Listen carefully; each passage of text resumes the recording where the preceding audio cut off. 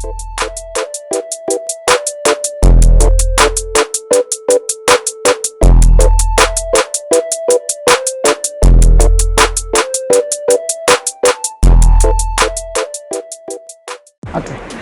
আমরা যেখানে বলছিলাম যে কাস্টমার ডিলিংস করার সময় কি করতে হবে, স্বচ্ছ এবং পরিষ্কার একটি ধারণা দিতে হবে। স্বচ্ছ পরিষ্কার ধারণা যদি আমরা না দেই তাহলে কি হবে, কাজ করতে গিয়ে আমরা প্রতিনিয়ত সমস্যায় পড়ব। আবার এলাকার একটি কাজ, সে একটা কাস্টমারের ফোন নিছে চার্জিং পিন চেঞ্জ করার জন্য। চার্জিং পিন চেঞ্জ করার পরে কাস্টমারটা ফোনটা ডেলিভারি দিছে। ডেলিভারি দেওয়ার সময় কাস্টমার বলতেছে যে আমার কথা বলার সময় সাউন্ড শোনা যাচ্ছে না। সমস্যা কী ছিল? মাইক্রোফোন, সরি চার্জিং লাগানোর পরে সমস্যা কী আসছে? চার্জিং ওকে, মাইক্রোফোন সমস্যা। এখন কাস্টমার তাকে বিভিন্ন রকম ফোর্স করছে, আপনি কাজটা নষ্ট করে ফেলছেন, এই করছেন সেই করছেন, অনেক কথাবার্তা সে তাকে বলে ফেলছে। তো সে ওই মাইক্রোফোনটাকে রিপ্লেস করে লাগাই দিছে এবং আইসি মাইক্রোফোন। আমি গিয়েছিলাম ওখানে, আমার হেল্প দিছে, আমি লাগাই দিলাম, কোনো মাইক্রোফোনটা লাগাই দিলাম। লাগাই দেওয়ার পরে সে চেক করতেছে, হ্যাঁ হ্যাঁ কথা উনুন না, আর উনোদার না, আগের দিকে হমুনোদার না, বেসনোদার, ঠিক আছে আগে তো হমুনোদার তো কেন, এখন ঠিক আছে না। এবার সে চার্জিংয়ের বিল দিয়ে হেঁটে যাচ্ছে। আর একটু দাঁড়ান, আপনি এখন যে কথাটা বললেন, কি বললেন?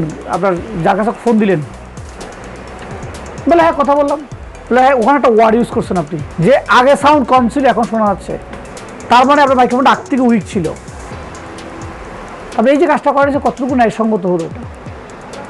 তখন ওরা হই না রে, আজ আপনার কথা রেকর্ড করছি আমরা, কি বললাম আপনার কথা, হ্যাঁ ঠিক আছে আগে কে সব আসিল ইয়ে তারপরে গেছি কই।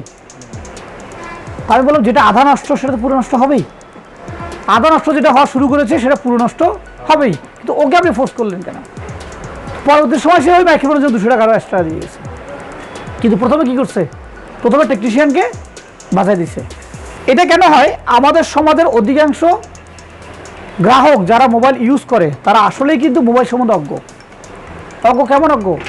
বেসিক নলেজটুকু নাই। কালকে একজন একটা ফোন নিয়ে এসছে আমার কাছে, সে বলতেছে আমার মোবাইলের সাউন্ড একদম কম, কারণ শুনি না আমি, সামান্য একটু শুনি আমি, সমস্যা একটু ঠিক করে দেন।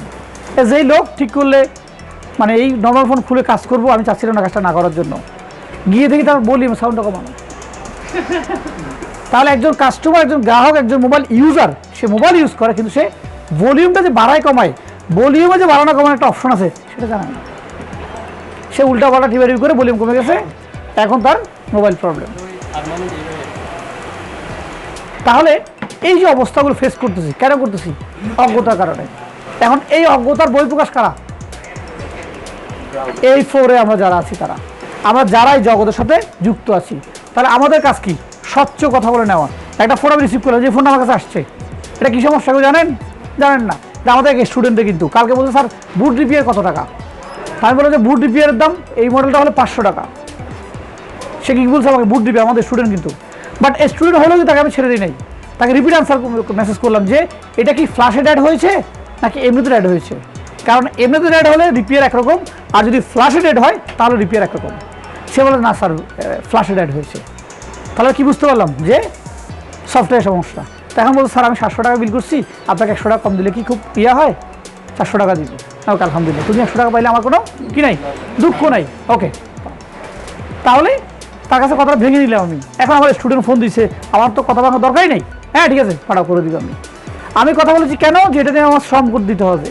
আমি সেই সেট খুলবো, যেটা কপিন লাগাবো, বক্স দিয়ে রিপেয়ার করবো, তারপর দেখবেন রিপেয়ার হচ্ছে না, হার্ডওয়্যার সমস্যা। তাহলে আমাদের সমস্ত শ্রমটা কী হবে? ফোন রিপেয়ার হয়ে যাবে। তো যার কারণে আমাদেরকে জিনিসটা স্বচ্ছ এবং পরিষ্কার ধারণা দিতে হবে কাস্টমারকে। তো সবাইকে অসংখ্য ধন্যবাদ। আশা করি টিপসটা কাজে লাগবে সবার। আসসালামু আলাইকুম।